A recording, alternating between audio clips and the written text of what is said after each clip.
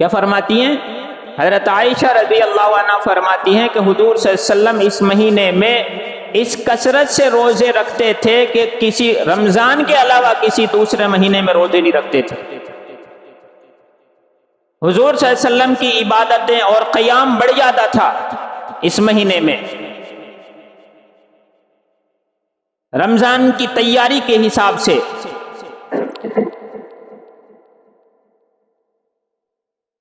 حضور صلی اللہ علیہ وسلم اس مہینے میں کثرت سے روزے رکھتے تھے، اسی لیے حضور صلی اللہ علیہ وسلم نے رمضان المبارک سے پہلے شعبان کے آخری دنوں میں بیان فرمایا، خطبہ دیا صحابہ اکرام کو کہ تمہارے اوپر ایک برکت والا مہینہ آنے والا ہے، جس کے روزے اللہ نے فرض کیے ہیں اور تراویح کو سنت قرار دیا ہے، جس کی نفل کا ثواب فرض کے برابر ہے اور فرض کا ثواب 70 فرائض کے برابر ہے۔ حضور صلی اللہ علیہ وسلم رمضان آیا نہیں، رمضان سے پہلے شوق دلا رہے صحابہ اکرام کو تاکہ وہ پہلے سے تیاریاں کر لیں، رمضان المبارک کی پہلے سے تیار رہیں۔ تیاریاں کیا ہیں؟ ہمارا حال یہ ہے کہ رمضان کے آخری عشرے میں، جس میں چند راتیں ہیں شب قدر کی، پورا عشرہ ہی شب قدر مانو، اس مہینے میں ہم بازار کی زینت بنتے ہیں، بازاروں کو آباد کرتے ہیں۔ وہ مہینہ عبادت کا ہے، اس مہینے میں ہمیں ان راتوں کا اور دنوں کا اہتمام کرنا چاہیے، دن میں تیاری کرنی چاہیے رات کی، اور رات میں شب قدر کی تلاش میں عبادت کرنی چاہیے۔ ہم بازار کی زینت بنے ہوئے ہیں، کوئی کپڑا خریدنے میں، کوئی جوتے خریدنے میں، کوئی عید کی سوئیاں خریدنے میں، اور کوئی اور دوسرا سامان خریدنے میں۔ تو جو سامان ہمیں آخری عشرے میں خریدنا ہے رمضان میں، رمضان برباد نہ ہو، رمضان کا وقت خراب نہ ہو، اس لیے رمضان سے پہلے ہی خرید لو نا وہ چیزیں۔ تمہیں جوتے خریدنے پہلے ہی لے آؤ، کپڑے خریدنے پہلے ہی ڈال دو، پھر ٹیلروں کے چکر لگاؤ گے، ان کو بھی پریشانی ہوتی ہے بعد میں، پھر وہ جھیلتے نہیں ہے، پھر وہ جھیلتا ہے، پھر وہ دل دکھا کے اس کو سینے پڑتے ہیں، وہ اس کا من نہیں ہوتا۔ جو سامان ہمیں رمضان کے لیے لانا ہے، رمضان میں جو ہم لا سکتے ہیں، اسٹاک کر کے رکھ سکتے ہیں پورے رمضان کے لیے، وہ پہلے ہی لا کے رکھ لو، تاکہ وہ وقت جو بازار کی زینت بننے والا ہے وہ وقت ہمارا فری ہو جائے، اور اس وقت میں ہم رمضان میں اللہ کا ذکر کریں، قرآن کریم پڑھیں، قرآن شریف کی تلاوت کریں، درود شریف پڑھیں، کلمے کا ورد ہو، اپنے وقت کو ضائع ہونے سے بچائے۔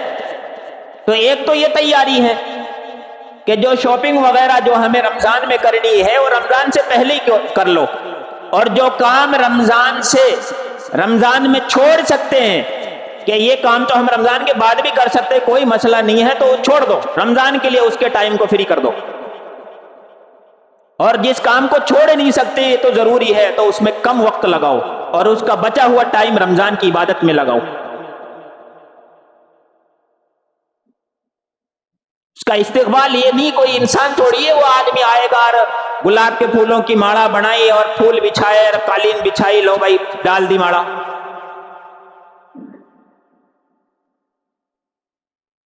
کوئی انسان نہیں ہے وہ، اس کی تیاری یہ ہے کہ جب وہ آئے ہمیں اس کے آنے سے پہلے اس کا آنے کا انتظار ہو، شوق ہو دلوں میں، امنگ ہو، رمضان آنے والا ہے، گھر کی پتائی کر لی، اور اسی طریقے سے گھر میں بلب بدل دیے، اور وہ چھوٹے چھوٹے بلب لگا دیے، وہ چمکیلے سجاوٹ کے طور پہ، اس کو رمضان کی تیاری نہیں کہتے۔ اس سے کیا لینا دینا ہے رمضان کا؟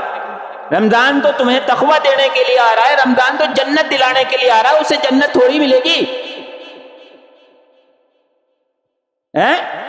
اللہ کے دیدار سے ملے گی جنت، تو اللہ کے دیدار سے خوشی نصیب ہوگی، تو وہ تیاری نہیں ہے رمضان کی۔ رمضان کی تیاری یہ ہے کہ ہم پہلے سے نمازوں کے پابند بن گئے ہوں، پہلے سے جماعتوں کا اہتمام کر رہے ہوں، پہلے سے ہماری نفلیں شروع ہو گئی ہو،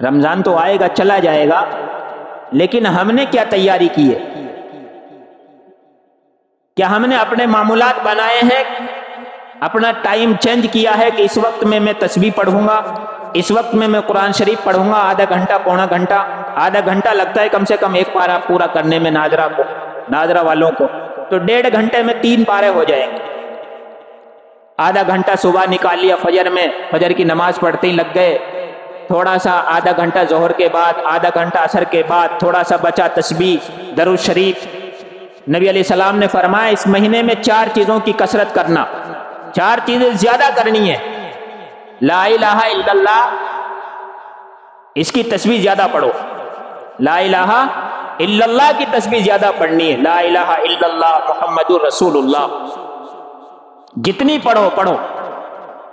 اور دوسرے استغفار کی کثرت کرنی، استغفر اللہ ربی من کل ذنب واتوب الیہ، استغفر اللہ، کسی کو اتنا لمبا نہیں آتا تو استغفر اللہ استغفر اللہ استغفر اللہ۔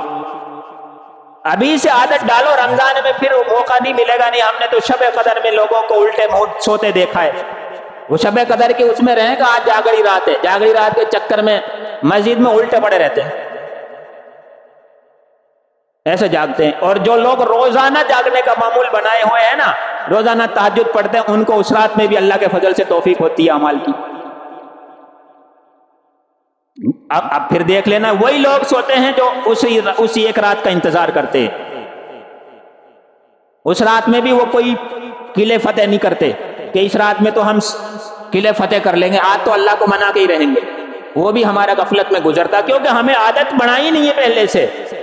اس لیے رمضان کا ایک ایک منٹ قیمتی ہے، ضائع نہ ہو، ابھی سے شروع کرو، ابھی سے اپنے ٹائم سیٹ کرو، عبادتوں کا، تسبیح کا اور اپنے کام کاج کا۔ 11 مہینے کمائے، خوب دکانیں کھولی، خوب بھرپیٹ کھایا، ایک مہینہ یہ اللہ کا مہینہ ہے۔ نبی علیہ السلام نے فرمایا، اللہ فرماتے ہیں الصوم لی وانا اجزی بہ، روزہ میرے لیے ہے، میں ہی اس کا بدلہ دوں گا، اجر دوں گا۔ روزے کا مقصد کیا ہے؟ تقوی۔